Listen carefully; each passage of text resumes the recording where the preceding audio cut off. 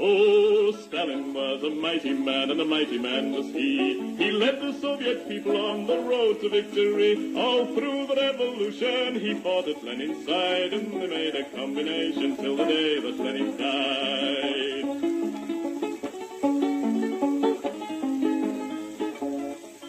He said, come on, you people, we must work with brain and hand. And then one day the Nazis came into the Soviet land. They plundered to the Volga, to Stalingrad. And then Joe Stalin said, come on, me boys, and kicked them out again.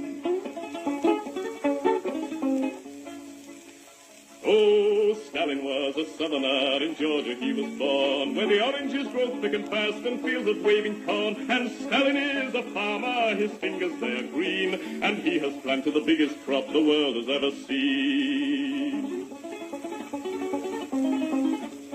One day he looked upon the map and frowned and shook his head. There's too much brown and not enough green, these were the words he said. We'll have to change the weather, boys, he said, and then he smiled. So let's begin by planting trees along 3,000 miles.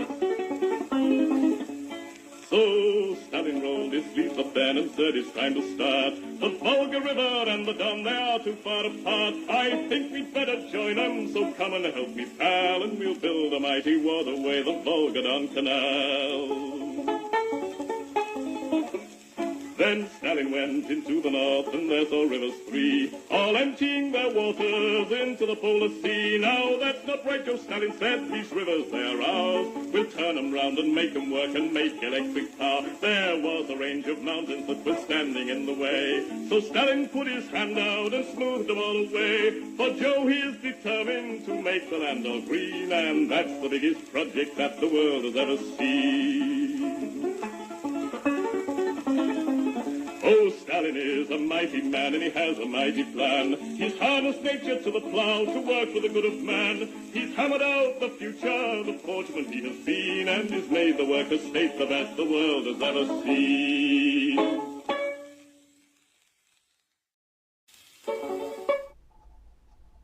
Good evening, everybody, and welcome. It's another News at 10 program for you today, and this one in contravention of normal advertising techniques is going to actually defy the advertising, in that it is not going to be about the other 9/11, or mostly it's not going to be anyway. It is, of course, an emergency change to our previously advertised broadcast schedule, and that is in order that I can focus on the abomination of a motion passed by the Trade Union Congress in Britain today related to the war on Ukraine. And it's a war on Ukraine that is being waged, of course, by US imperialism, and has been for quite some time. And of course, what makes this motion particularly disgusting is that it is, of course, dressed up in the usual language of solidarity and supporting Ukraine and all the other hypocritical nostrums that the leftist warmongers, the social chauvinists, social imperialists, to use Lenin's apt description of them, use to defend their indefensible support of what is in reality the priorities of US imperialism and its British chief lieutenant. This is what is actually being supported by the British trade union movement when it comes to Ukraine. We will come to that in just a moment, but I will pause now just to say hello to everybody who's in the chat so far. So we've got Jay, hello to you, President Jesus, Mike Martinez, Austin, hello to my comrade Steve Sweeney, who's reporting I'm indebted to for the piece I wrote recently on this. Good evening from Donetsk, or should he say good morning? So thanks to you, thanks to Steve's reporting that a lot of what I'm going to say is going to have some details in it that will be quite useful for you in understanding what is going on here. Because the tale we're about to unwind for you tonight is one not just of the rottenness of the British trade union leadership, though whether you're British or American or Australian, you'll know that the trade union leadership in your country is, of course, rotten and all support imperialism. it is, of course, also a story of how that which appears to be on the left is in actual fact very, very, in fact, extremely reactionary and in support of the most reactionary elements within the ruling class. As Stalin said a long time ago, the leftist deviation is in reality a rightist one. So, hello to Philbin from Rhode Island, right at the edge of the imperial hegemon. Hello to my comrade Naylor. Hello to my comrade Ben Kavanagh. Hello to Morgan. And CJ, greetings. First time being on time and forever. Good to see you here. Hello to Peter. Yes, Peter. Albion is as perfidious as ever. In fact, perhaps more so. Hello to Heidi. DE, coming to us from Overcast, Hampshire. Motion to make this the Ballad of Stalin the permanent soundtrack to this show. Motion accepted. Please let me know your votes upon Comrade Naylor's motion to make this the Ballad of Stalin by Ewan McCall the permanent soundtrack to the news at 10. I, as the chair of the meeting, am in favour. Please let me know your thoughts below. Good evening to Lee. Good evening to Roddy and Rob. Michael Hodgson, all the way from Canada. And the dictatorship of Justin Trudeau. Hello to my comrade Beju. Hello to Irish Partisan. Beju says, glad he's talking about the TUC, absolutely treacherous. Yes, even more so. Good evening to Burke. And President Jesus is at one with the motion to make the Ballad of Stalin our permanent soundtrack. It's formally seconded from Steve Sweeney out there in Donbass. And it would be remiss of me not to note, of course, that our comrade Irish Partisan is out there in Minsk. Hello to my comrade Jason from the Class Consciousness Project, who correctly identifies this as a dark day for British trade unionism. Yes, and I think anybody who's familiar with British trade unionism will acknowledge that there's been an awful lot of dark days over the past 50 years. Well, 40 years, really. I would say at least 40 years. CJ says the ballad should filter out the spineless leftists in advance. Yes. In fact, now I'm thinking about it, what I really should have done is gone over to Liverpool today and played the Ballad of Stalin in the auditorium. Run in, played the Ballad of Stalin and see what kind of reaction that I got. I could even have got in a fight with Paul Mason, and that would have been worth it for that alone. And Paul Mason, lest we forget Agent Mason, as exposed by Kit Clarenberg, frequent guest on the program in his reporting for the Grey Zone. Paul Mason features in this story. So let's get into it then, because the motion itself, of course, let's start even before the motion comes up. For the benefit of those tuning in from elsewhere in the world who aren't familiar with the often Byzantine practices of the British trade union movement, the TUC is the Trades Union Congress. It is the umbrella body under which all of the trade unions in Britain sit. It is their coordinating body, basically. Britain doesn't have supposedly anyway, a union federation structure like the one big unions with many different sections in it. It supposedly still has something of a craft union tradition, which is how the TUC came about. It came about as this umbrella body, started in the late 1860s with the idea that they were going to bring together all the different craft trade unions, because as I've said before, back in the late 19th century there were a myriad of them, and coordinate them for the purposes of better campaigning somehow. So that's its origin. These days, of course, it has far fewer unions within it. But one of the interesting things I found recently, after I went back and I viewed a old book I got, which contains all the works of Marx and Engels and all their comments on trade unionism, what I found was that Marx and Engels' verdict on British trade union leaders from 1860s and 1870s wasn't all that different to what my verdict and my comrades' verdict on British trade union leaders today is. They haven't got any better in 150 years. In fact, they've either stayed the same or they've got worse. And there are, of course, very real and concrete reasons for that, which is that 150 years ago, as Engels in particular observed, the British trade union leaders were drawn from mainly the most privileged sections of the labour aristocracy, and that was true at the end of the 19th century. That was who, of course, combined with the Fabians, the middle class and petty bourgeois so-called socialists, to found the Labour Party, along with a whole bunch of religious organisations as well. And that's, of course, who dominates the Labour Party and who dominates the trade union leadership to this day. Now, the layers upon which the labour aristocracy grows out of have changed over the years. It's gone from being something which is more rooted in the industrial working class to being rooted in the white-collar world and the desk-bound classes, bits of the working class, shall we say, and the academic world, and that's what dominates the trade union movement today, that particular layer.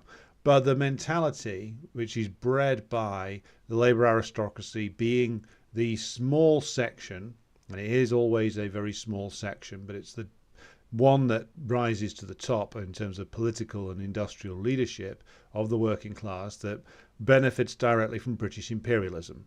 That's at the root of everything we're going to discuss today, and that's at the root of the problem. So if you're watching this from the United States, that is also one of the roots of your problem with the AFL-CIO.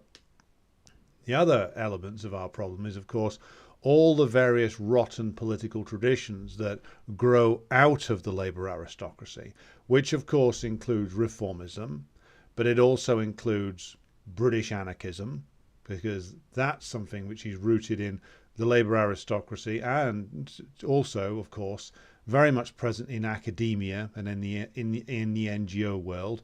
You won't find many more enthusiastic anarchists than somebody who's got to be a tenured political scientist whilst being an anarchist. And role in British trade union bureaucracies is, of course, our old friends, the Trotskyites, of which I counted myself as one until fairly recently. But over the last couple of days, I've really seen the reason why they used to call them Trotsky fascists, because that is essentially what a whole group of Trotskyites in Britain have been doing, which is actively agitating to support fascism and also, of course, fascism's true master, which is US imperialism. So we have the Trade Union Congress taking place in Liverpool over the last couple of days. The motion to supposedly support Ukraine, I'll come to my critique of that in a moment, came from, well, numerous trade unions. Its principal mover was a union called the GMB, who have got a reputation as being one of the worst led unions in the country, and that is against some very stiff competition. They have consistently produced some of the most reactionary scab trade union leaders this country's ever known, and many of them have of course ended up in the House of Lords as a reward for their actions.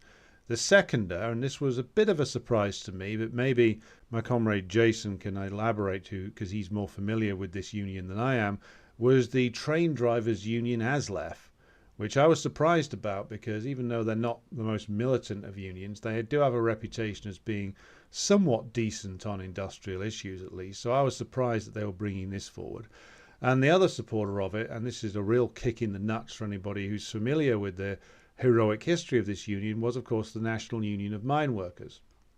Now the National Union of Mine Workers, for those of you who aren't familiar, that is the union that waged the year-long struggle against the pit closure program in the Thatcher era from 84 to 85, led by, of course, Arthur Scargill, who's now long since departed from its leadership. It's now run by a guy called Chris Kitchen, and it has about 80 members. It's not even a pale shadow of what it once was. It is a name only. It exists in name only, basically. And it is a classic story of the ruling class repurposing something that was an opponent of theirs and turning it into at least a brand that can carry forward their interests, again, which is what this motion is doing. So this motion was heard today. It's called Motion C21, Solidarity with Ukraine. The Class Consciousness Project did put out a statement urging opposition to this, but in the end, only a couple of unions actually opposed it. The Fire Brigades Union and the Bakers Food and Allied Workers Union. The RMT Union, formerly the union led by the last great British trade union leader, Mr. Bob Crow, that union abstained.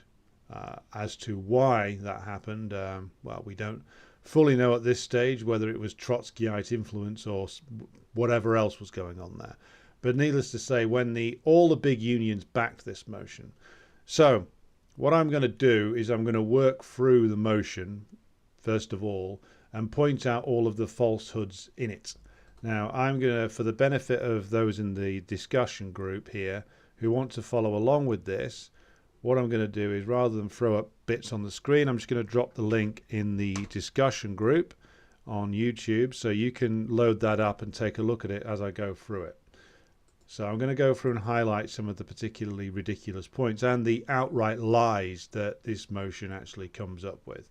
And I'll come back to questions when I'm finished going through it. So we start off with an assertion which can be argued about at the very least. It says that the Congress should condemn Russia's illegal aggressive invasion of Ukraine. Now, of course, the question of legality and illegality in international relations is one that you can argue about all day, because international law is essentially whatever the powerful states, principally the US imperialists, want to make up to justify their actions. That's all international law is. It's all any law is, really. It's whatever the ruling class feels it needs to justify itself at any given time. That's what law is. Now, of course, as communists, as workers, you're obliged to use the law, because we don't, of course, live in ideal situations. You're obliged to campaign for changes to the law, but you should never fool yourself for a minute that the ruling class can be constrained by the law. They never have been, and they never will be. It's just a curious way to start this, and it tells you a lot about the mentality of those writing it. But if we want to go down the legal route, we can argue it out as Putin argued it out, being a lawyer himself, of course, which is that if Russia has acted illegally, then, of course, the US has acted illegally in all of the cases in which it cited an imminent humanitarian catastrophe in staging a military intervention, which, of course, when over a year ago now, 18 months ago now, when Putin announced the beginning of the special military operation, he cited the examples of, well, principally the US intervention against Yugoslavia in 1999, when the US and its allies cited a supposedly imminent genocide or ethnic cleansing of the Kosovan Albanian population, and justified its bombing campaign against Yugoslavia that way. And Putin drew upon that and said, well, we fear an imminent genocide of the population of Donbass, and therefore we are citing responsibility to protect in order to stage this special military operation.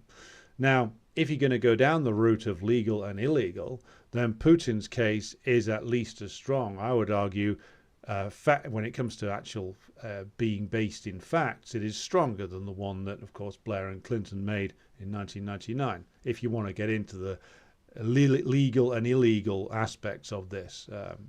But I wanted to note that to start off with. So let's go through. Point 1, and it says it wants the Congress to note the following things. And it starts off with a deception. It says, and I quote, "The systematic repression of free trade unions under Putin and Lukashenko and their suppression in the occupied territories of Ukraine since 2014. Now, there's a lot of lies in that one, but there's also a very significant deceptive piece of wording. You see, what the motion is trying to get you to think there is that all trade unions are banned in Russia and Belarus. That is, of course, not true. a very brief Google search will actually turn up the reality. And if you even check on the International Labour Organization website, you can see that that's not the reality.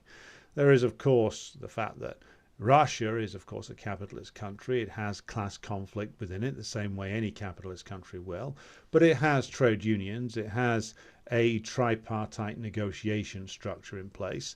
So, and its trade unions, when you look into the actual Russian labor laws, the labor laws of Russia, I would argue, are no more repressive, in fact, probably less repressive, than the labor laws of this country. Certainly, if you just follow the social media accounts of the Russian communists, for instance, you can see all kinds of spontaneous walkouts take place in Russian factories and across Russian industry that seem to be, as far as I can tell, a lot of them seem to be settled by negotiations after the walkout. And the idea that trade unions are therefore repressed or banned in the Russian Federation isn't true, nor is it true that they're repressed or banned inside Belarus, even though Belarus, of course, still runs the trade union system that was in place prior to the 1991 destruction of the Soviet Union. Now, of course, it's undergone some changes, but the trade union structure in Belarus is formally part of the Belarusian state, the same way it was inside the old Soviet Union. And of course, you look up the complaints about Belarusian trade unionism from Amnesty International, and you find a very telling quote from Amnesty from a couple of years ago when they were supporting the regime change operation that the US imperialists ran against Lukashenko, hoping to turn Belarus into another Ukraine. And the Amnesty Eastern European supposed expert complained that Belarus's economy was principally run by the state, and the state is the biggest employer, and this is terrible. But of course, any research into Belarus will show you that one of the reasons why the Belarusians were able to avoid what happened to Ukraine in terms of the oligarchy asset stripping it bare and destroying most of the industry is the fact that the system as it was prior to 91 was changed slightly, but a lot of it was maintained. The state remained the principal player in the economy, and they didn't allow the imperialists to go in there and destroy the place, and they kept the oligarchy that did emerge, the capitalists that did emerge after a Belarusian independence in 1991, they kept that oligarchy pretty firmly under control and didn't allow it to destroy Belarusian industry. And that's what, of course, the comprador bourgeoisie in Belarus are complaining about. So what does this mean when this motion says free trade unions? What it means is that trade unions of the kind sponsored by the National Endowment for Democracy and USAID and Soros's Open Society Foundation, all these cutouts for American imperialist power, those trade unions, those fake trade unions, are banned in Belarus and the Russian Federation. And maybe my comrade Steve can correct me if I'm wrong, but those organizations certainly wouldn't be allowed to operate inside Donbass, either before or after their joining of the Russian Federation. So this supposed trade union organization is putting forward a motion supporting fake trade unions that are funded by US imperialism. And that, of course, as my comrade Steve points out in his article, which I'll also drop into the chat here, is what has been done inside Ukraine. You see that there are organizations inside Ukraine which still operate and purport to be worker organizations. And one is, I'm going to mangle the pronunciation of this, but I'm going to try it anyway, Socjalny Ruch, which is one of the organizations cited by the so-called Ukraine Solidarity Campaign. Now, it's supposed to be a left-wing organization, but as Steve points out in his article, why is it that a supposedly left-wing organization is allowed to operate in a state that's dominated by fascist organizations? And the answer is that it's essentially a cutout operation for the US, that it gets funding via ultimately the US government through like the National Endowment for Democracy. And this is where a lot of these supposedly free trade unions actually get their money from. The trade unions in Ukraine that had any actual true independent existence have long been suppressed out of existence. And the strongest elements of the Ukrainian working class were, of course, those in the east of Ukraine, in the Donbass. And that was the area that, of course, had survived in terms of retaining an industrial base and hadn't been asset stripped and destroyed in quite the same way that central and east and western Ukraine had been done to their industries. So we start off with a deception, and that, of course, then is that what that's meant to do. Of course, is meant to leave in the mind of those reading this that the idea that in Russia and Belarus there are no trade unions or they're all banned. It's a deceptive wording, which, of course, these people always engage in. So, he also wants us to note the appeals from Ukrainian unions for moral and material aid, including the means of Ukraine's self-defense. Now, somebody from my former union, PCS, was trying to say that they'd taken all references to the arming Ukraine out. They obviously hadn't. But the Ukrainian unions that they're citing are unions that are funded by US imperialism and are controlled by the Ukrainian state. That's who this motion is citing. And then it says that those who suffer most in times of war are the working class, and that the labour movement must do all it can to prevent conflict. However, that is not always possible. Well, has the British Union movement, over the last 10 years since the coup, done all that it can to stop conflict in Ukraine? Has it done anything after 2014 to seriously campaign for the Donbass working class who were under siege from the NATO-organized Ukrainian army, the Ukrainian fascist battalions who are threatening to murder anybody who opposed them, who did indeed murder large numbers of people in Odessa in 2014, something that even the completely useless Communist Party of Britain protested against 9 years ago, but now everybody is silent about. And did the British trade union movement do all that it could to stop 14,000 people getting killed in Donbass over the last 9 years? I've been in the British trade union movement since 2009, and I can't recall anybody barely even mentioning it in my trade union that I was in most of that time, which is the Civil Servants Trade Union, PCS. I don't recall many other motions on it either. So again, like, they haven't done all that they could to prevent the war in Ukraine. They, in fact, most of them who, and in fact, certainly those who've written this motion, were encouraging the Ukrainian Banderist regime in its attempts to crush what these people, I remember from 2014, were describing as Russian agents. Back in 2014, when the working class anti-fascist rebellion began in Donbass, the Trotskyites, particularly the Alliance for Workers' Liberty or the Alliance of White Liberals or whatever else you want to call them. I'll just call them Trotsky fascist running dogs, because that's what they are, running dogs of imperialism. That might be an insult to canines, though, actually. These people were the ones actually cheering on the Ukrainian fascists in trying to crush what was a working class rebellion, which is, of course, motivated by many things. But one of the factors that I've seen after researching this for the last 18 months now is that part of it was a belief in an older form of Soviet patriotism, a deep-rooted belief in working class solidarity and anti-fascism, genuine anti-fascism, not the kind of pathetic stunts that the Trotskyites engage in over here, where they'll go and have a shoving match with a bunch of guys with beer bellies from the British National Party or the EDL, and then, of course, cheer on a brutal imperialist war waged by a Labour government. That's what British Trotskyism does. It has fake fights with like some isolated groups of fascist guys with tattoos on their foreheads, whilst heartily approving of imperialist wars. So then we get to a real corker. Point 4. It says it wants the Congress to note the TUC's proud history of solidarity with victims of fascist imperialist aggression, including its support for arms to the Spanish Republic.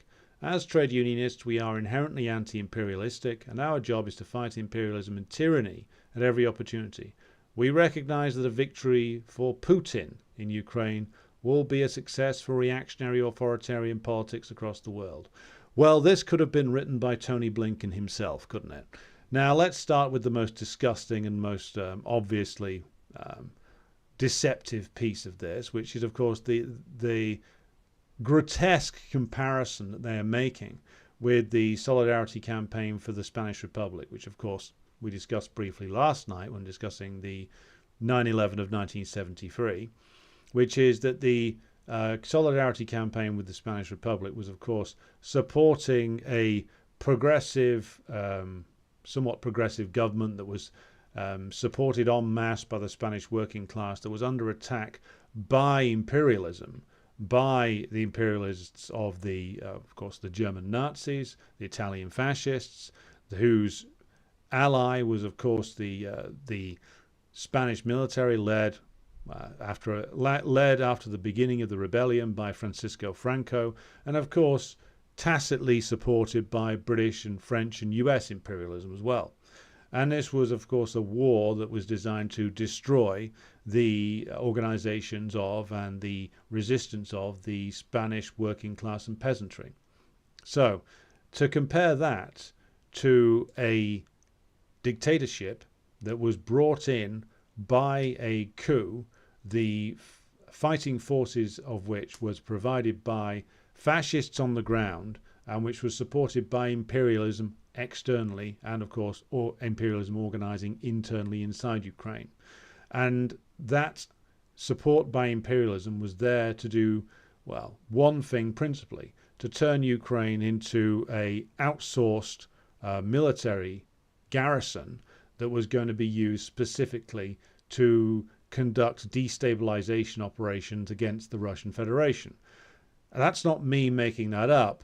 That's things that various people inside the US government have said over the last 30 years since the collapse of the Soviet Union. Don't need me to spell this out for you when Zbigniew Brzezinski will tell you exactly what the plan for Ukraine was in various things that he wrote and said. That you can look at things that John McCain said before his very unfortunate departure from this world, unfortunate in that it came far too late. Or the words of people like Senator Richard Blumenthal or Mitt Romney, who are quite open and admirably open in the way that they say they are supporting Ukraine and what they say they are supporting it for, which is that they are supporting it for the specific purpose of damaging the Russian Federation. And as Mitt Romney said, it's a bargain. As Senator Lindsey Graham says, it's the best money we've ever spent. So this isn't something that a bunch of communists have dreamed up. This is the tactics as written down by successive generations of US imperialist planners and their politicians. So to compare this, if we want to compare this with the Spanish Republic, well, who's on which side here? The fascist rising of General Francisco Franco was supported by all of the imperialist powers at the time, some more actively than others, but it was consistently supported by all imperialists who wanted to crush the Spanish working class and therefore, as they would see it, deal a blow against them and a further blow against the Soviet Union. And the imperialist powers this time all lined up on the side of the Banderists in the streets of Kiev in 2014. They'd all been running networks in Ukraine since 1991. They'd sheltered, especially the US and Canada had, Banderist exiles since 1945, and later on in the 1950s when the Banderists finally lost their war in Ukraine against the USSR, sponsored of course by the CIA and MI6. The ultra-reactionary networks of these fascist organizations had been carefully maintained and cultivated over successive generations in the USA and Canada, and then returned to Ukraine in the late 80s, early 90s, when the revisionists finally managed to collapse the USSR. So, given the balance of forces here, where you have on the one side the working class of Donbass and on the other the collective forces of imperialism, what is the more adequate comparison? What is the more true comparison with regard to the Spanish Republic? Those who are fighting to preserve themselves, their communities, their way of life, their very existence in the Donbass, including the miners and steel workers who rose up there against the fascists in 2014, or the government built on a foundation of fascist street gangs whose military and security apparatus is run by fascists, which is supported by all of the leading imperialist powers in the world, which is, of course, the US imperialist bloc and its various European vassal states. So who stands in the tradition of the Spanish Republic here? Who stands in the tradition of the international brigades? Well, it's the working class of Donbass. And, of course, their allies who have stood in solidarity with them from the Communist Party of the Russian Federation and the Russian working class who stood in solidarity with them for 8 long years, whilst, of course, Putin and his government tried desperately to find a way out of this in order that they could preserve their trading relationship with, principally, the European states.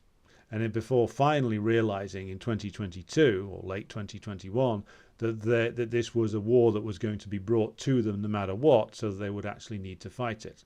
So this point 4 is an absolutely gargantuan and grotesque lie, and it is the kind of lie that, of course, the Trotskyites in the British trade union movement specialize in. So let's move on to point 5, because this is really we're really wading deep into the bullshit now. Point 5. It wants Congress to note the horrendous human and environmental cost of the Ukraine conflict. Millions of people have been forced to abandon their homes and flee, while many others have lost their lives. Yeah, well, no shit.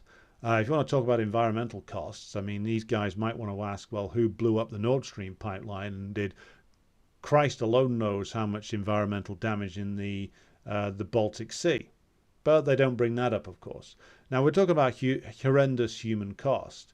Now, of course, as we've covered many times here before, the Russian special military operation was designed to close, i.e. end, in a few weeks after achieving certain minimal objectives, which is, namely, the securing of the independence of the 2 Donbass republics, Donetsk and Luhansk, and the guarantee coming from the Ukrainian government that it would not join NATO, and that essentially it would roll back its association with the NATO military alliance, and that there would be no US missiles stationed in Ukraine.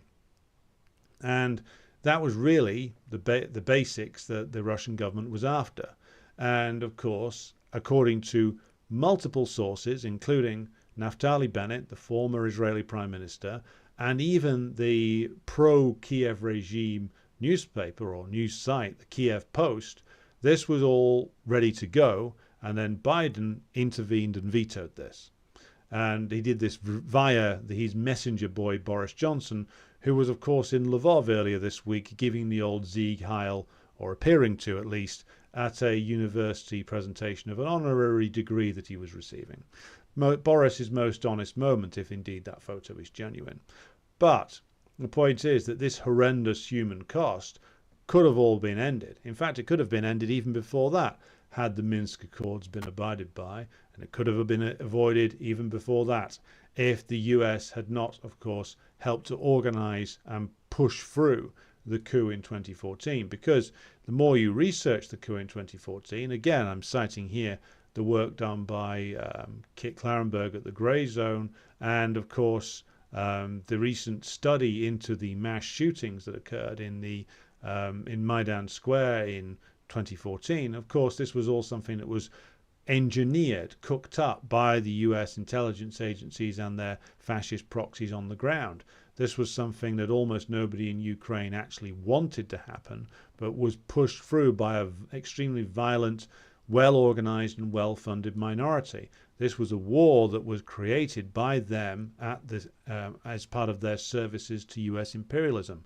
This, of course, was not something which, of course, needed to happen. It was something that was made to happen by the imperialists and their proxies. And of course, these clowns writing this motion don't want to mention any of that. They point out that, millions are forced to flee, and of course, hundreds of thousands are dying. Yes, hundreds of thousands are dying in the trenches of eastern Ukraine and western Russia right now, mainly Ukrainians press-ganged into service at gunpoint and sent to walk across a minefield to clear it, or sent to drive a poorly made British Challenger tank or something at superior Russian weaponry and get blown up and die in their thousands, often with not even a grave to mark where they fall. This is the cost of imperialism's ambition in Ukraine, and it is this horror that the TUC has voted to support today. Now it says here in point 6 that there is a Russian program of ethnic cleansing. This is, of course, another lie. This is the opposite of the truth. The truth, as can be evidenced by the actions taken by the Kiev coup regime since it came to power in 2014, is that there has been a consistent pattern in its behavior of attempted suppression of the Russian language and culture and the systematic murder of anybody who tried to oppose it. And, of course, when we get to things like Bucha, the area just above Kiev, which the Russians withdrew from, partly in a goodwill gesture to try and further negotiations, well, there was a massacre there that was blamed on the Russians. However, all evidence pointed to Ukrainian police battalions under the control of fascist organizations who basically rounded up anybody that they wanted to accuse of being pro-Russian, had them all shot, then blamed it on the Russians. And of course, then you get Ursula von der Leyen going over there and doing a bad acting job. And the British, of course, blocking any investigation of it that would be independent, because, of course, it was a disgusting and brutal murder that was then dressed up as its opposite.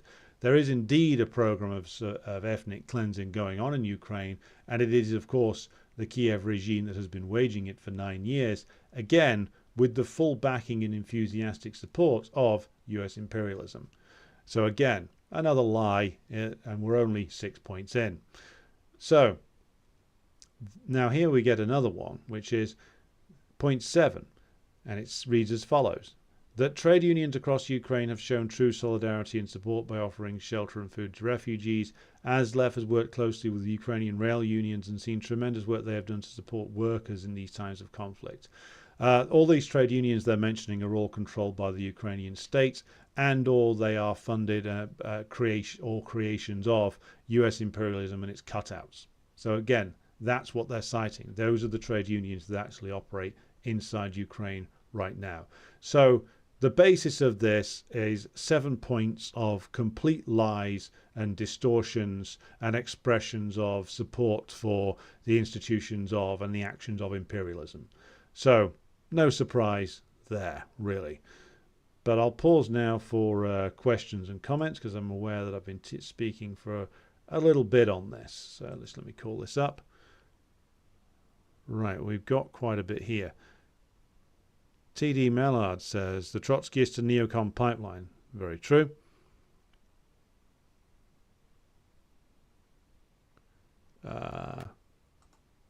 CJ asks, just brought the destruction of reason. Any thoughts on this? Is this magnum opus already on your 1.5 mile long list? It's on the list, but I've not got to it yet. So I'll have comments on it when I've read it.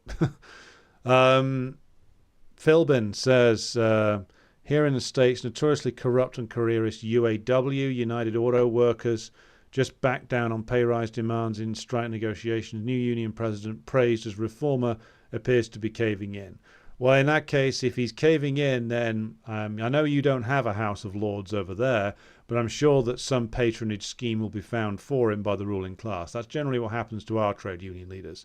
That's why, of course, various of them who are big-time militants at one point end up on the red benches of the House of Lords swilling wine and pocketing £300 a day in expenses. I'm sure the American ruling class have similar ways to reward moderate trade union leaders. Steve Sweeney says, RMT abstained because they had AWL delegates.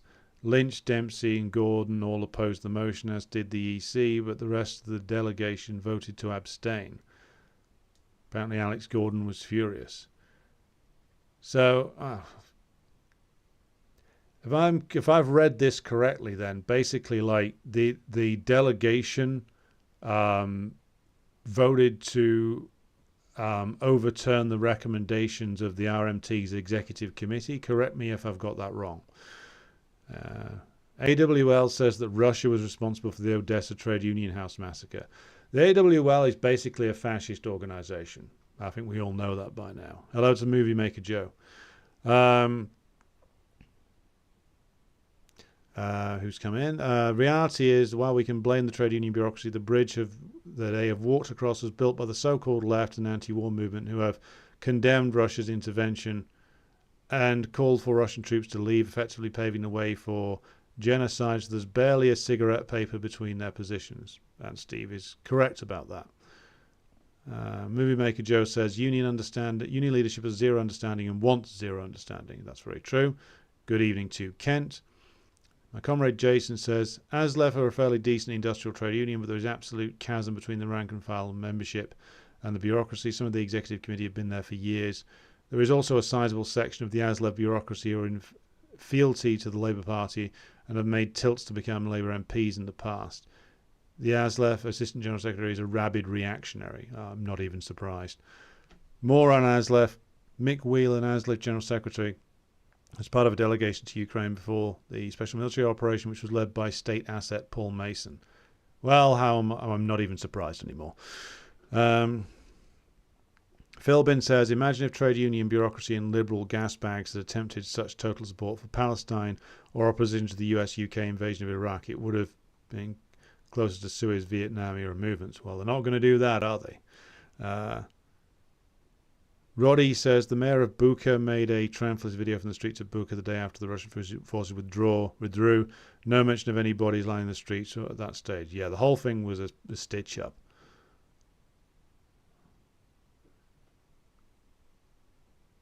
Is there any benefits in remaining a trade union member, asks Beju. Well, interesting question. We could do a whole program on that. Right, I'm gonna carry on, just work through some of the other points in this motion now. So what the motion actually calls for is, as Steve has intimated there in his contribution, the immediate withdrawal of Russian forces from all Ukrainian territories occupied since 2014. Now, what that means, of course, is that the Ukrainian forces would then, or let's call them what they are, NATO forces would then move in and do what they did in Bucha, which is an immediate massacre of anybody who's opposed them since 2014. The whole reason why the rebellion began, a rebellion which I will re-emphasize, was only reluctantly supported by the Russian state at first, was because, of course, it was specifically, that is, the Kiev regime was created to destroy working class resistance to the rule of the Ukrainian oligarchy, and to destroy anything that could oppose the turning of Ukraine into a US and European outsourced military garrison that would, again, operate as a battering ram against the Russian Federation. Anybody who was going to get in the way of that was going to either be killed, imprisoned, or both, and one after the other. So that's what would happen.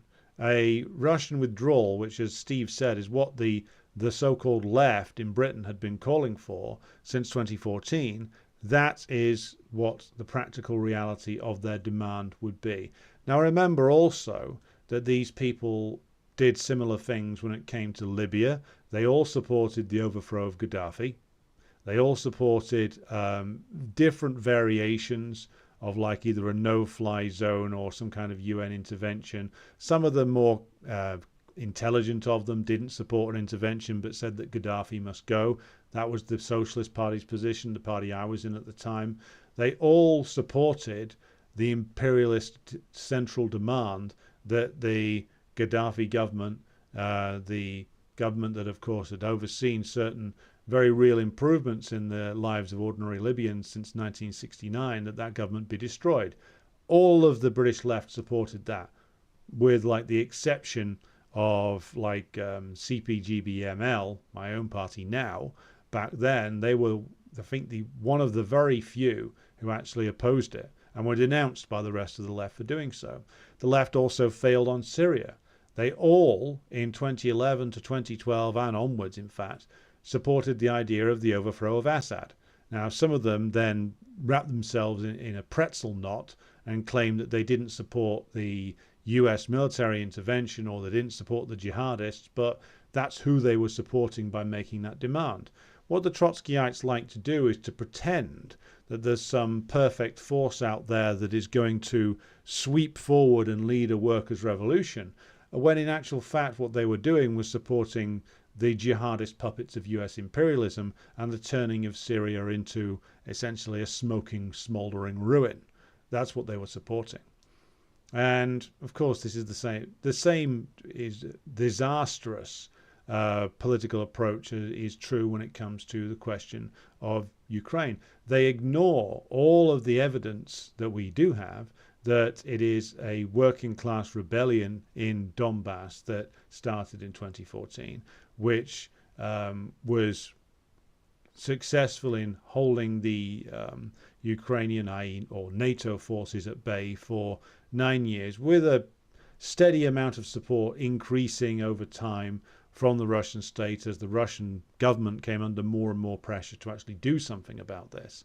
But the start of the rebellion was a working class rebellion, and the entire British left remained completely and willfully ignorant of that fact.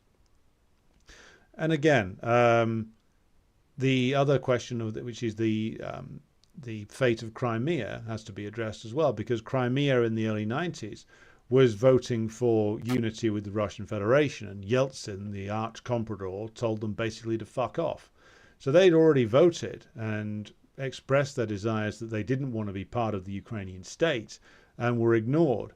And then finally in 2014 they actually got their wish, and all of the research into the opinions expressed in that poll shows that it was very accurate to the actual opinion of the Crimean population. Bear in mind, they'd seen people massacred or tortured and beaten by the fascist gang that was now in power in Kiev, and so they wanted nothing to do with it. They wanted to get the hell out. And so being taken into the Russian Federation was something that the overwhelming majority of the population very much wanted. Now, as to the status of Ukrainian language and culture, Ukrainian language remains one of the official languages of all of these territories that have gone into the Russian Federation, whereas the status of the Russian language in what's left of the territories governed by the Kiev regime is of course, it's a language and a culture which they are trying to erase. And these arch-reactionary compradors that sit in power in Kiev are, of course, trying to bring in English as a second language. I mean, this is utterly like pathetic, groveling comprador nonsense. And this is the nature of these people. It's the same nature that the Baltic compradors have. This is a pathetic, servile groveling before the feet of US imperialism. Truly pathetic and very dangerous, in fact. Right, so they call also for a peaceful end to the conflict that secures the territorial integrity of Ukraine and supports the self-determination of the Ukrainian people. Well, bear in mind, the Ukrainian people, the Ukrainian electorate, voted for Yanukovych, and then the West sponsored a coup to remove and destroy his government, but I will not go into the long details of how flawed a figure and how flawed Yanukovych was, and how deeply flawed a party that his party, called the Party of the Regions, were. But that was under the system of supposed bourgeois democracy that existed in Ukraine. That was who was voted in and was removed by a coup that was organized by the imperialists. So the self-determination of the Ukrainian people has already gone. The sovereignty of the Ukrainian people has already gone. It's been sold. I mean, the motion goes on to talk about the restoration of labor rights and a socially just reconstruction. Well, the reconstruction has been given to BlackRock. I mean, that's who Zelensky signed this whole thing over to. That's why he was meeting with a guy called Philip Hildebrand, who's BlackRock's vice president, to sign over huge amounts of the assets of Ukraine to one of the biggest imperialist entities in the world. And you look at like who has bought up loads of the agricultural lands of Ukraine. It's various agribusinesses and ultra-rich guys from sometimes inside Ukraine itself, but mostly outside of Ukraine. So all the productive parts of the Ukrainian economy have been sold off. Ukraine's government is completely controlled by US imperialism. All of its bills are paid by US imperialism. Its personnel are a bunch of corrupt hacks who have stolen millions and millions over their time in office. Now, if you look at the recent activities of the former defense minister Reznikov, as soon as he was removed from his position, he was off to the Côte d'Azur on a yacht, swilling wine with what appeared to be some model who was less than half his age. So that's the manner of people you've got running things over there. Ukraine has no sovereignty. Ukraine has no territorial integrity. Ukraine has no ability to carry out self-determination now. The entire operation is owned by Western imperialist interests and controlled by US imperialism directly. Even before the start of the special military operation, the US embassy was the biggest US diplomatic representation anywhere in the world, over 750 personnel there. And we know from even reports that came in from Ukrainian whistleblowers, including a guy who Aaron Mate recently interviewed, that the Americans had representatives in all the major ministries. They were designing everything that the Zelensky government was doing. Again, I'll cite the famous example, right down to the parking schemes in Kiev that was designed by US aid.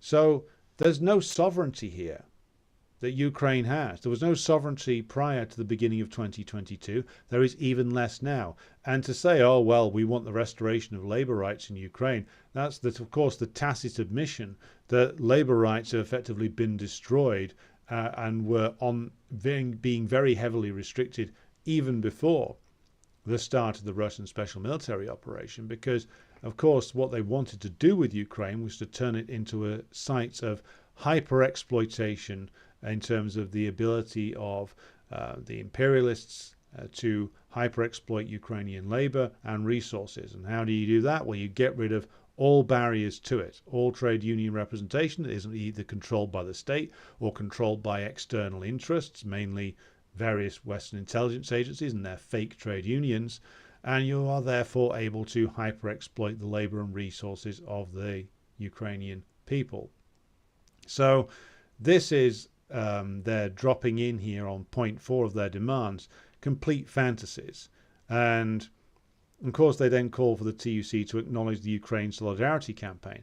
The Ukraine Solidarity Campaign is run by the shady Trotsky fascist scum of the AWL and their friends like Mr. Paul Mason, who is, lest we forget, an asset of the British state. He uses his 40-year-long network of contacts and influence inside the British trade union movement to advocate for the interests of British imperialism. That's what Paul Mason does and has done for many, many years. And thankfully, the Grey Zone revealed what he was doing. So let's take a step back and look at the overall picture here. This has been put forward because it is, of course, completely in line with the behavior of the trade union bureaucracy over a very long period of time. The behavior of the layer which it grows out of, which is the labour aristocracy in Britain, hasn't changed fundamentally in over 100 years. They behave in exactly the same way because it is this layer which benefits from British imperialism. And it is out of this layer that all the foul and toxic elements in the so-called British left grow from. This is where they have their roots. They all, of course, circulate around the trade union bureaucracy.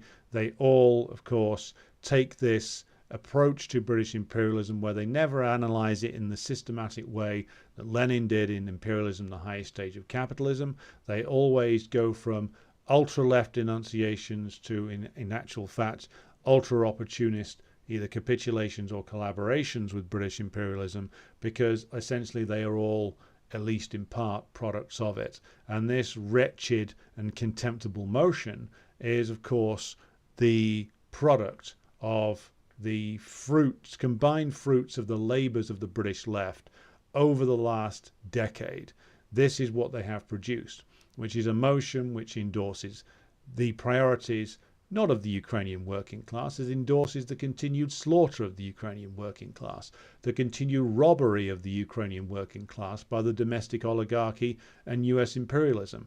What it endorses is the continued subordination of whatever is left of Ukraine to US imperialism and its mini-me British imperialism. And this is, of course, all arising out of the fact that the British left is essentially the same as the Second International that, of course, famously marched the working class off to war for the purposes of its particular ruling classes back in 1914, as denounced by Lenin for being social chauvinists and social imperialists. This is what they were 110 years ago. This is what they are now. They haven't changed. The only thing is that the imperialist system's degenerated even further. So it's become even more repulsive and reactionary than it was back then.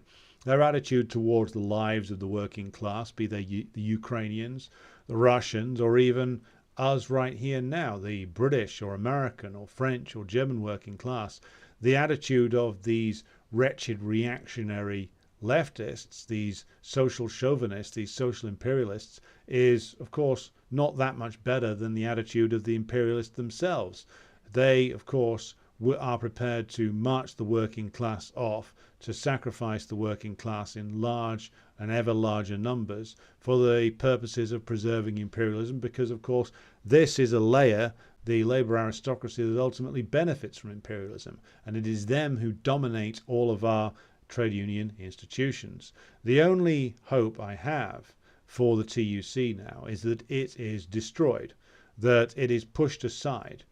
It is not, of course, the end of working class organisations, but the end, it should mark the end, if there was any justice in the world, or hopefully at least the beginning of the end, of this particular form of worker organisation, this particular form of British trade unionism, which is choked with chauvinism, choked with extremely reactionary politics, dominated at the activist layer by all manner of rancid Trotskyite filth, and it is a dead weight hanging around the neck of the British working class. It is a barrier to effective working class representation. It is a barrier to effective working class industrial and political organisation.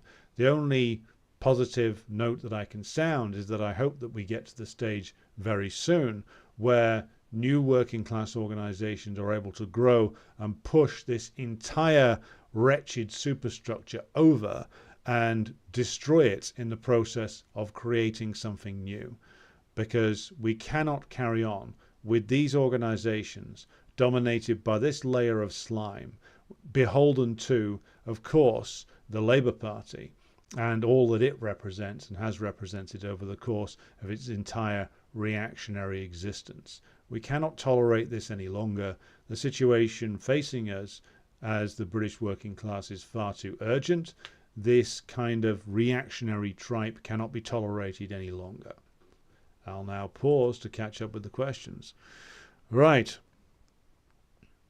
Comments from about 9/11. I will come to those from you, Banana Bender, tomorrow when we get to the 2001 9/11. I've had to postpone that from tonight. Right. Alan says anti-authoritarianism is the main framing of US imperialist Democratic Party. Yeah, it's the same here. They do this to sort of dress up what they're actually doing. It's the same way you see them echoing Biden's language about democracies versus authoritarianism. It's the same bullshit. Irish Partisan says the Kiev regime had been consulting Croatian army personnel on recreating Operation Storm in East Ukraine, which would have seen the massacre and ethnic cleansing of ethnic Russians in the Donbass. I am not surprised in the slightest by that. Irish Partisan goes on to elaborate. Operation Storm, conducted by the Croatian army and backed by NATO in 1995, saw the ethnic cleansing of 200,000 plus Serbs and Roma from their homes in Croatia. Kiev wanted to recreate this. Exactly. That was the Yugoslav operation was a very successful one for NATO in terms of destruction of a deeply flawed socialistic experiment, and of course the re-emergence of fascist puppet regimes that could be very easily dominated by imperialism. Not self-determination for the people of Donbass, says Steve. Yes, that's exactly what they don't support. Naylor says, I revealed Agent Mason was an agent before the Grey Zone, but unlike the Grey Zone, I didn't have any evidence. Didn't he threaten you on your birthday as well, Naylor? Isn't that another thing that Agent Mason has done? Burke says, will the TUC passing motions have any real-world consequences? Do the TUC have any power? Real-world consequences? Probably not in terms of an urgent impact. But what it does is that the TUC acts as essentially a conveyor belt for bourgeois ideology into the working class. You see, what all the enthusiasts for imperialism in the trade union movement will now do is take this and go and spread it around as many workplaces as they possibly can to try and spread bourgeois propaganda that's been officially endorsed by the TUC. That's the damaging thing that this does. It helps the reactionaries take their propaganda further into the working class and into the organized sections of the working class. That's what this helps to do. Movie Maker Joe says, bit of a wayward question. However, the degenerate corporate redirection of Ukraine into the fourth industrial revolution without any sovereign social institutions and productive land loss cannot pay debts. Well, I think that the question of the Ukrainian future will ultimately, you are not going to have what they're after, imperialists. They could have gotten something of what they wanted if they'd have given the Russians that deal a year ago, but their imperialism was not in a position to do that. Their situation was too crisis-ridden. They needed to try and collapse Russia to essentially break it up and devour its resources, and they saw this as their big opportunity to do so. What will be left of the Ukrainian state will, of course, be very, very little, I think. Now, exactly how much ends up inside the borders of the Russian Federation is still an open question. But what will happen is, of course, that the current Ukrainian state will be destroyed. Now, as to what final settlement that the Russians finally forced the US to agree to is an open question at this stage. But they're not going to get what they wanted in terms of what they ultimately desired for Ukraine. Now, of course, you're referring to other things there, and I neglected to mention that, of course, the other thing that Ukraine has been turned into is, of course, a laboratory. Remember that what the Russian government revealed regarding the presence of biolabs there, and of course, this was something that was done by our old friend Dr. Fauci, who, along with others, was very keen on outsourcing US biological research into Ukraine and other areas, such as Armenia has one of these biolabs present in it as well. And this was done for the specific purposes of experimenting on human beings, human experimentation, in a way that they couldn't necessarily get away with in the same way in the United States. So, and again, Ukraine has become essentially a nation of lab rats to be experimented on by the imperialists. Again, that's what the Trotsky fascists in the AWL ultimately support. So yes, on 9/11, the questions will be returned to tomorrow. To answer Banana Bender's point, if you can save your contributions for 9/11 discussion until tomorrow's program, we'll pick them up then. Mallard says, Ukraine will become the new South Korea. Just wait for a depopulation with all the prostitution and alienation goes with it. Unless the working class there take action, which I have hope for. Well, if they do become they won't become South Korea, because South Korea, for all that it is an alienated, hyper-capitalist, occupied territory of the United States, it was at least industrialized to a degree under pressure from the DPRK and, of course, the revolution in China, the US had to agree to a certain amount of industrialization. Whatever is left of Ukraine, if it's dominated by US imperialism, won't even get that. It'll just be an empty, largely rural, depopulated state, which is literally dying away before our very eyes. That will be the legacy of imperialism in Ukraine. Philbin asked, will the cocaine cabal of Kiev finally begin to disregard the NATO-US masters and see reason? Before or after Kharkov and Odessa are taken again, Russia has still not totally cut off the Banderites from the sea. Yes, it's all very true. They can't see reason because they've got themselves in a position where the Kiev cabal can't exist without the United States. Like Kuleba and Podolyak and others might scream and throw a fit every now and again when they get told something they don't like, but they have to do what the US tells them. No one else is paying those bills.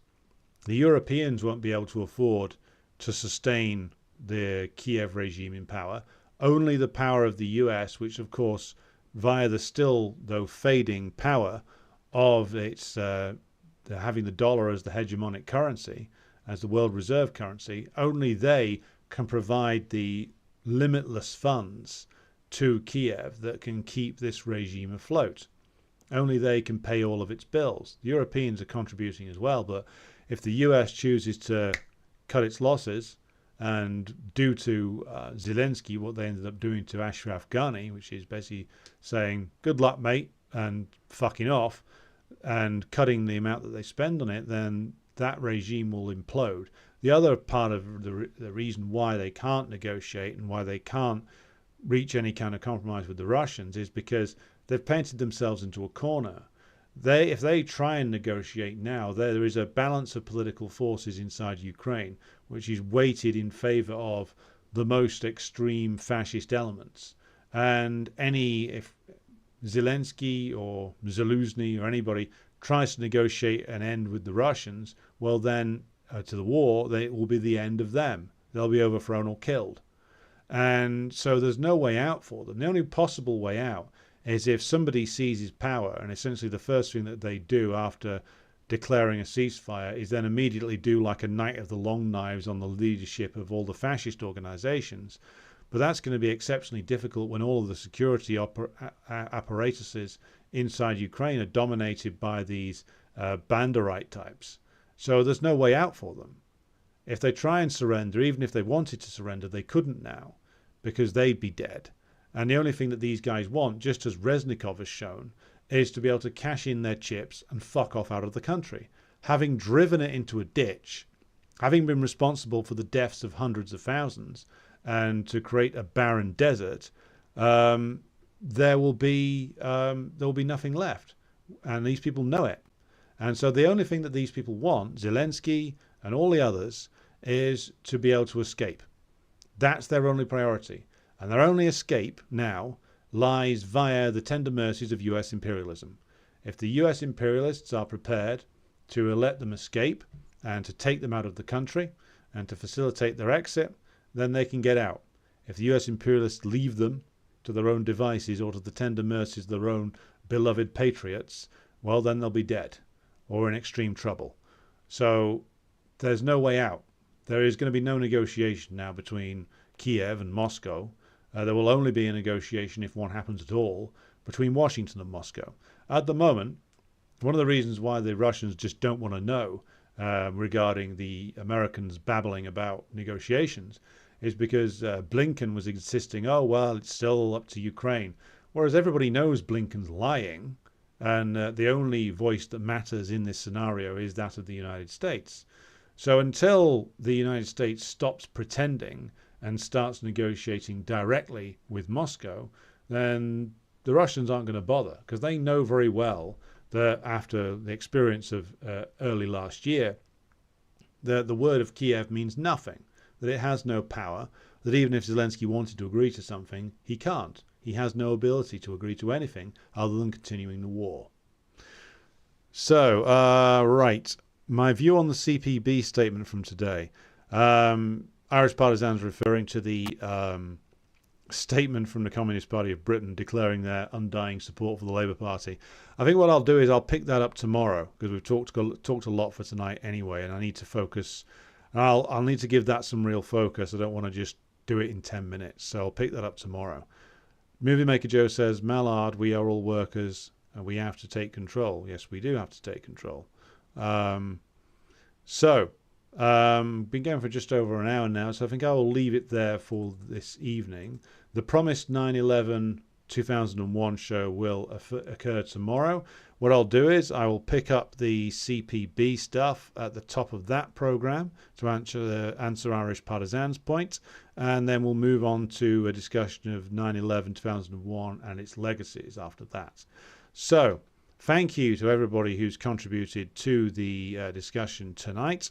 And the motion moved by Comrade Naylor that the Ballad of Stalin become the official soundtrack for this program has been seconded and indeed carried unanimously. So you can consider the Ballad of Stalin by the great Salfordian balladeer Ewan MacColl to be our official soundtrack from here on in. Thank you to everybody who has contributed to the discussion tonight. So thank you to Jay, President Jesus, Mike Martinez, Austin, Steve Sweeney out there in Donbass, Philbin, Naylor, Ben Kavanagh, Morgan, CJ, Peter, Heidi, DE, Lee, Roddy, Rob, Michael, Beju, Burke, my comrade Jason, and Tusker, and Movie Maker Joe, Banana Bender, and anybody else who I've missed out on. This will be the news at 10 for tonight. I'll be returning again tomorrow. Thank you everybody for tuning in. If you haven't done so far, be sure to like and share the stream and follow us on Telegram and I was going to say Twitter, X, the pseudo Twitter site brought to you by Elon Musk. And I'll be back with you again at 10 p.m. tomorrow. Join me then.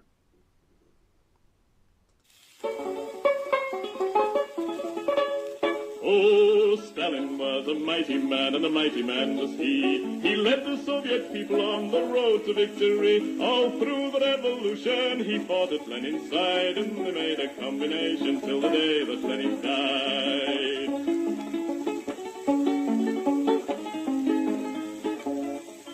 He said, come on, you people, we must work with brain and hand. And then one day the Nazis came into the Soviet land. They plundered to the Volga, to Stalingrad. And then Joe Stalin said, come on, me boys, and kick them out again.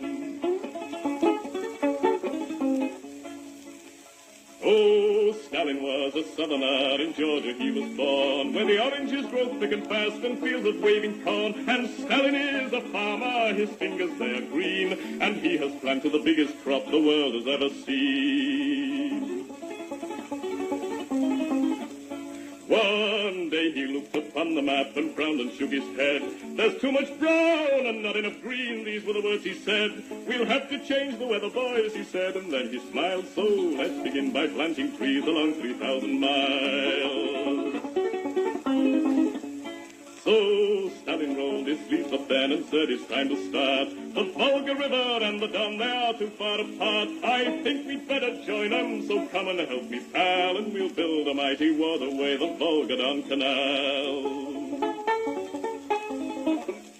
Then Stalin went into the north, and there saw rivers three, all emptying their waters into the polar sea. Now that's not right, Joe Stalin said, these rivers, they are ours. We'll turn them round and make them work and make electric power. There was a range of mountains that were standing in the way, so Stalin put his hand out and smoothed them all away. For Joe, he is determined to make the land all green, and that's the biggest project that the world has ever seen. Oh, Stalin is a mighty man, and he has a mighty plan. He's harnessed nature to the plow to work for the good of man. He's hammered out the future, the fortunate he has been, and he's made the worker state the best the world has ever seen.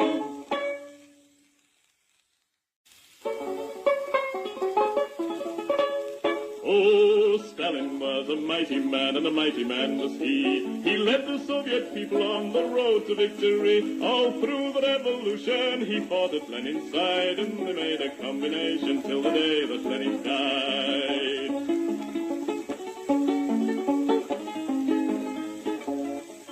He said, come on, you people, we must work with brain and hand. And then one day the Nazis came into the Soviet land. They plundered to the Volga, to Stalingrad. And then Joe Stalin said, come on, me boys, and kicked them out again. Oh, Stalin was a southerner, in Georgia he was born, where the oranges grow thick and fast and fields of waving corn. And Stalin is a farmer, his fingers they are green, and he has planted the biggest crop the world has ever seen. One day he looked upon the map and frowned and shook his head. There's too much brown and not enough green, these were the words he said.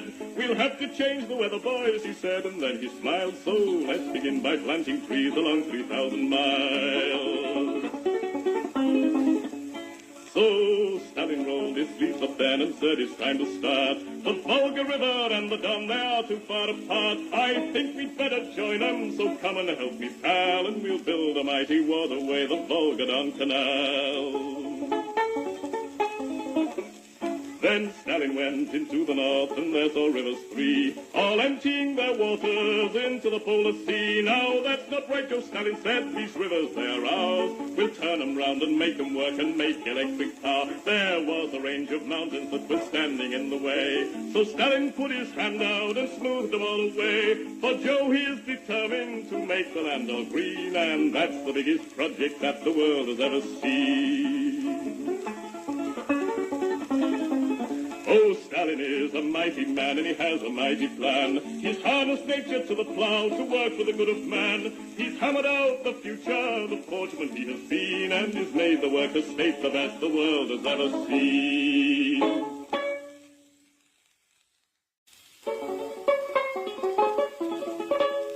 Oh, Stalin was a mighty man, and a mighty man was he. He led the Soviet people on the road to victory. All through the revolution, he fought at Lenin's side, and they made a combination till the day that Lenin died.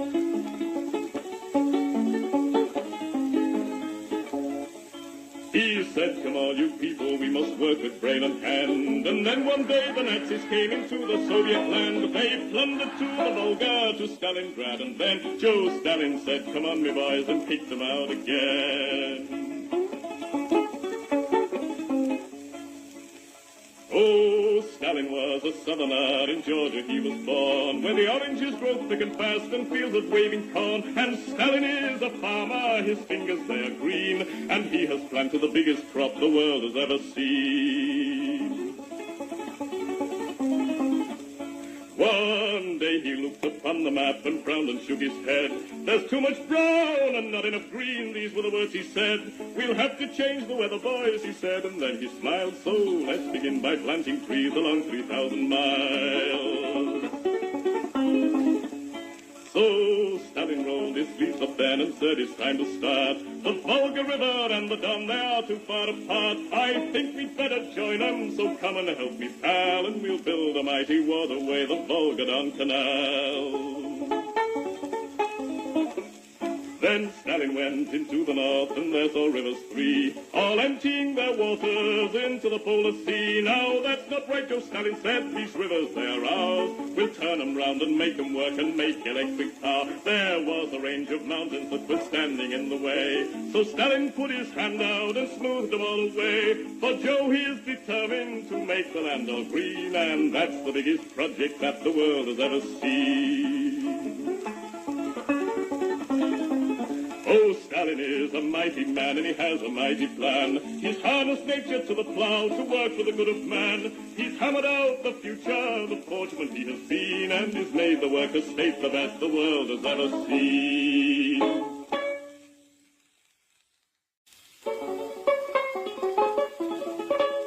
Oh, Stalin was a mighty man, and a mighty man was he. He led the Soviet people on the road to victory. All through the revolution, he fought at Lenin's side, and they made a combination till the day that Lenin died.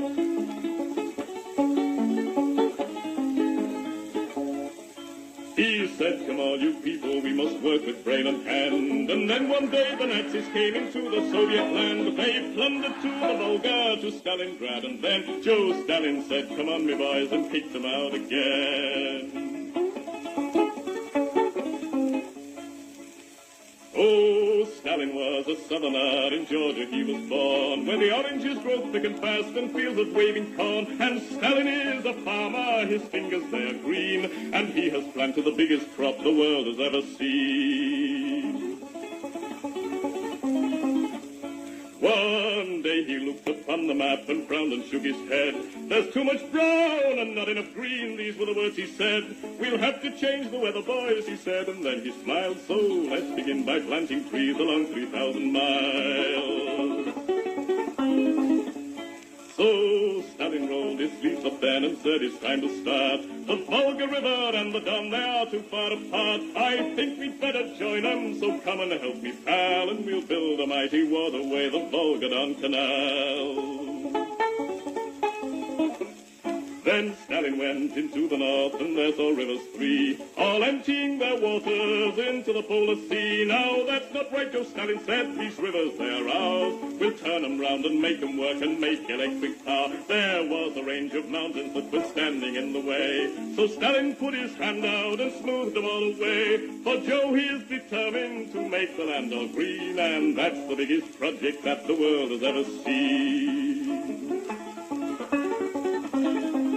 Oh, Stalin is a mighty man, and he has a mighty plan. He's harnessed nature to the plow to work for the good of man. He's hammered out the future, the fortunate he has been, and he's made the worker state the best the world has ever seen.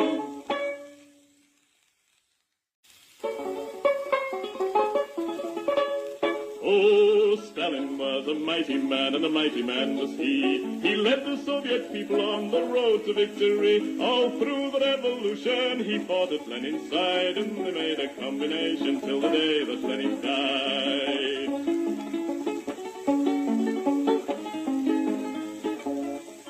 He said, come all you people, we must work with brain and hand. And then one day the Nazis came into the Soviet land. They plundered to the Volga, to Stalingrad. And then Joe Stalin said, come on, me boys, and kicked them out again. Oh, Stalin was a southerner, in Georgia he was born, where the oranges grow thick and fast and fields of waving corn. And Stalin is a farmer, his fingers they are green, and he has planted the biggest crop the world has ever seen. One day he looked upon the map and frowned and shook his head. There's too much brown and not enough green, these were the words he said. We'll have to change the weather, boys, he said, and then he smiled. So let's begin by planting trees along 3,000 miles. So Stalin rolled his sleeves up then and said it's time to start. The Volga River and the Don, they are too far apart. I think we'd better join them, so come and help me, pal, and we'll build a mighty waterway, the Volga-Don Canal. Then Stalin went into the north, and there saw rivers three, all emptying their waters into the polar sea. Now that's not right, Joe Stalin said, these rivers, they are ours. We'll turn them round and make them work and make electric power. There was a range of mountains that were standing in the way, so Stalin put his hand out and smoothed them all away. For Joe, he is determined to make the land all green, and that's the biggest project that the world has ever seen.